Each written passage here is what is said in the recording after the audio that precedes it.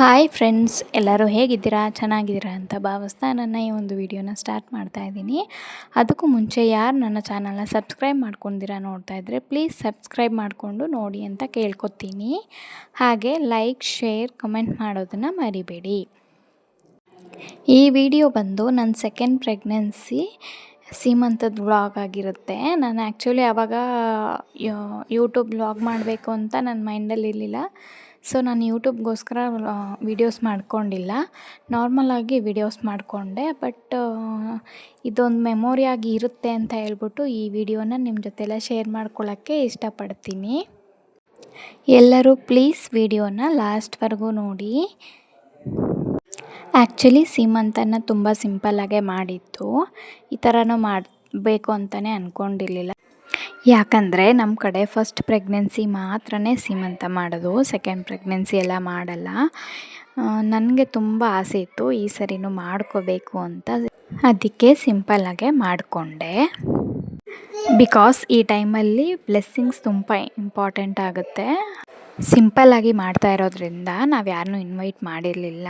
Just ನಮ್ಮ ಮನೆಯವರು ಅಷ್ಟೇ. ನಮ್ಮ ಅತ್ತೆಯವ್ರ ತಮ್ಮ, ಅವ್ರ ಮಿಸ್ಸಸ್ಸು, ಅವ್ರ ಮಗಳು, ನನ್ನ ತಂಗಿ, ನಮ್ಮಮ್ಮ, ನಮ್ಮಮ್ಮ ಅವ್ರ ಅಕ್ಕನ ಮಗ, ನಮ್ಮ ಯಜಮಾನ್ರು, ಇಷ್ಟೇ ಜನ ಇದ್ದಿದ್ದು. ಹಾಗೆ ನನ್ನ ಮಗ ಕೂಡ ಇದ್ದ.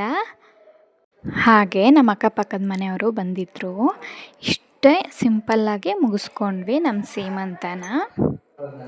ಎಲ್ಲರ ಆಶೀರ್ವಾದ ಹಾಗೂ ಆ ದೇವರ ಆಶೀರ್ವಾದದಿಂದ ನನಗೆ ಹೆಣ್ಣು ಪಾಪುನೇ ಆಯಿತು. ತುಂಬ ಖುಷಿ ಆಯಿತು ಹೆಣ್ಣು ಪಾಪು ಆಗಿರೋದಕ್ಕೆ. ನಾವು ಕೇಳ್ಕೊಂಡಿದ್ದು ಹೆಣ್ಣು ಪಾಪುನೇ, ನಮ್ಗೆ ಆ ದೇವ್ರು ಕೊಟ್ಟಿರೋದು ಹೆಣ್ಣು ಪಾಪುನೇ. ಅಪ್ಕಮಿಂಗ್ ವ್ಲಾಗ್ಸಲ್ಲಿ ನಮ್ಮ ಪಾಪುನ ನೆಕ್ಸ್ಟ್ ನಿಮಗೆ ತೋರಿಸ್ತೀನಿ ನಾನು. ಪ್ಲೀಸ್ ಎಲ್ಲರೂ ಸಬ್ಸ್ಕ್ರೈಬ್ ಮಾಡಿಕೊಂಡು ವೀಡಿಯೋಸ್ನ ನೋಡಿ. ಹಾಗೆ ಫೋಟೋಸ್ ತಗೊಂಡಿದ್ದೆ ಕೆಲವೊಂದು, ಅದನ್ನು ಅಟ್ಯಾಚ್ ಮಾಡಿದ್ದೀನಿ, ನೋಡಿ ನೀವು.